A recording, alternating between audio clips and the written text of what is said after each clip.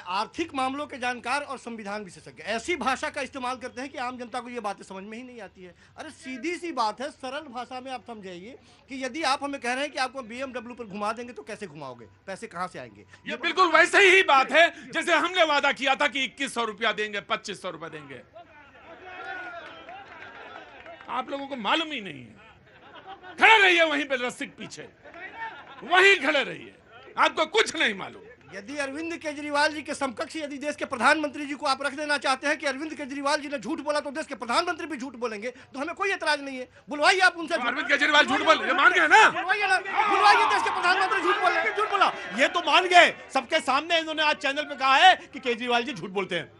मैंने ये कहा कि यदि ये बात गलत है तो देश के प्रधानमंत्री बराबर में आकर झूठ बोलेंगे क्या? अरविंद केजरीवाल झूठ बोलते नहीं है। झूठे हैं क्या? नहीं।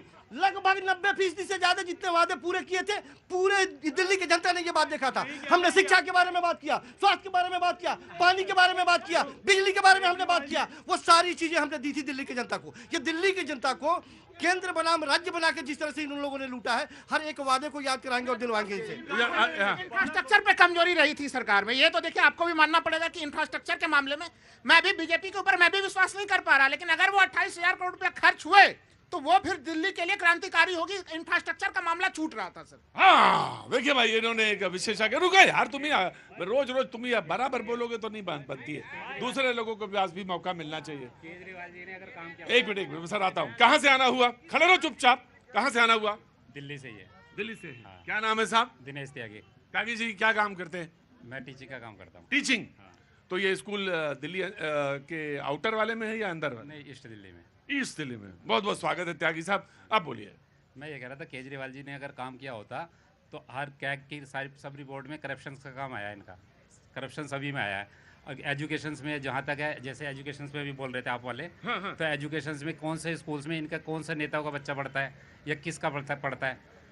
अच्छा, जो एक्सेलेंस वाले इन्होंने वो तो उसमें पढ़ाते तो आप ही लोग हैं। कोई भी नहीं पढ़ाते ना उसमें। रिक्शा वाला तो बच्चे पढ़ाते नहीं उसमें। जो कैपेबल है, जो कैपेबल ये ना ये सारे बच्चे मतलब आए बराबर हैं।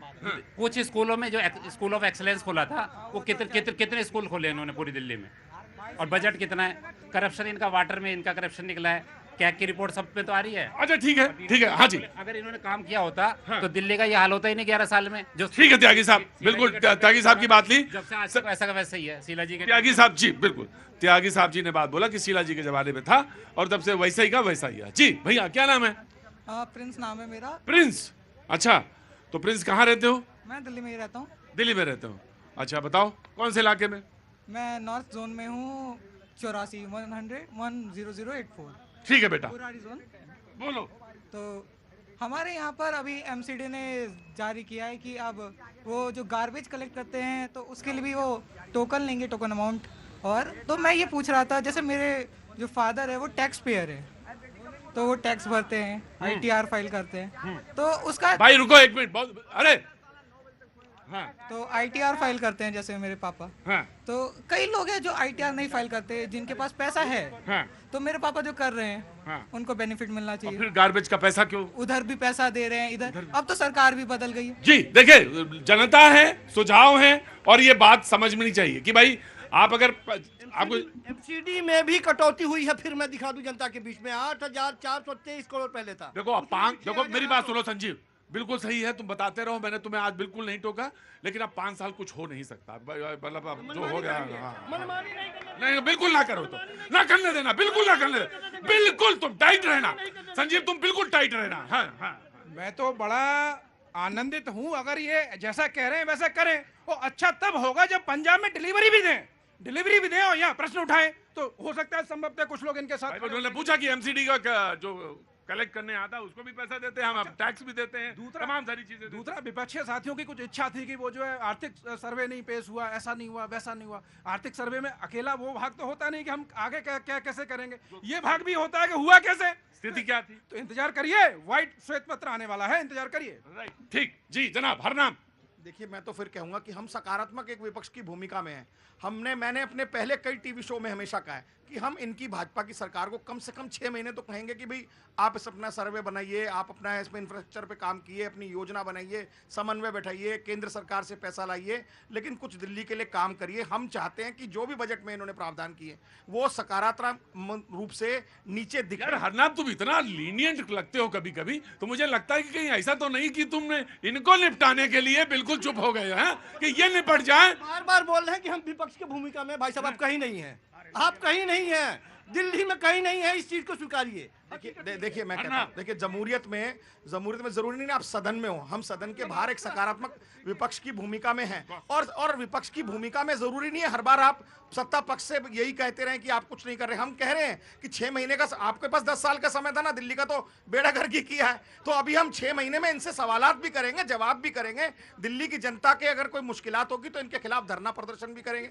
लेकिन इस बजट में हम ये चाहेंगे कि जो जो इन्होंने प्रावधान किया है वो नीचे क्रियान्वयन हो और वो दिखे। राइट, जो इधर से सवाल आया था, जो, हाँ जी, मैं आ रहा हूँ, शैलन जी आ रहा हूँ जी। भैया कहाँ से आना हुआ?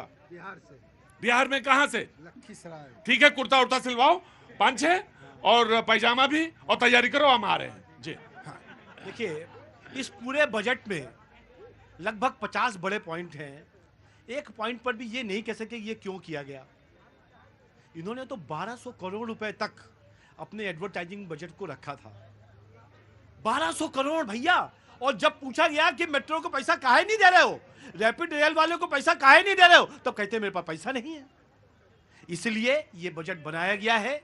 इस बजट में गायों के संवर्धन के लिए भी लगभग 40 करोड़ रुपए रखा गया है। जो गायें रास्ते में घूमती मिलती हैं, जो पैकेट पे जो अपनी तस्वीरें छपवाता हो, वो हमको समझाएगा कि विज्ञापन क्या चीज है। भैया सुनो, अब आपको तो नींद आएगी नहीं। दिन में भी सपने दिखाई देंगे मोदी जी के, और रात को डरावने सपने दिखाई देंगे मोदी जी के। पर भैया, ये आतिशी जी की सरकार नहीं है, रेखा जी की सरकार है। तो हमने जो सपना देखा था उसको पूरा करके दिल्ली की जनता को दिखाएंगे कि डबल इंजन नहीं, ट्रिपल इंजन बनने वाली है, उसकी सरकार कैसे होती है। राइट जी, बोलो चुनमुन। सर, मैं ये कह रहा हूँ कि सारी राजनीतिक पार्टियां तो जनता के लिए काम करती है, लेकिन असल मुद्दे पे तो बात ही नहीं करती है। ये लोग कह रहे हैं कि जी पैसा नहीं दिया, लैपटॉप दे रहे हैं, खाने का दे रहे हैं। क्या इन फ्री की समस्याओं से लोगों की समस्या का समाधान होगा? ये इन फ्री की समस्याओं से लोगों की समस्याओं का समाधान नहीं हो सकता है। इन नेताओं की समस्याओं का जरूर समाधान हो जाता है। अभी देखिए कि 2500 रुपये लोगों को देंगे, लेकिन नेताजी क्या करेंगे? 1 लाख का सांसद में सैलरी से 1,25,000 करने के लिए 1 अप्रैल से जा रहे हैं। लोगों को देते हैं 1000 में, अपने बढ़ाते हैं लाखों में। इसको कहते हैं कि शिकारी आएगा, दाना डालेगा, लोभ से उसमें फंसना नहीं। हम देश के तमाम लोगों से हाथ जोड़ के कह रहे हैं कि जो भी राजनीतिक पार्टियां यदि आपको फ्री में देने के लिए आती है तो उनको वोट मत दीजिए, क्योंकि इस देश का मालिक हम लोग हैं। हम लोग राजनीतिक। राइट, ठीक, मैं आया। अरे क्या उम्र है तुम्हारी? उम्र क्या है? 8 साल की उम्र है। क्या नाम है? रुद्राक्ष। और सवाल पूछ रहा है? क्या सवाल पूछ रहा है? सवाल नहीं, मुझे तो बस एक चीज बतानी है। अच्छा, बतानी है? क्या बताना है?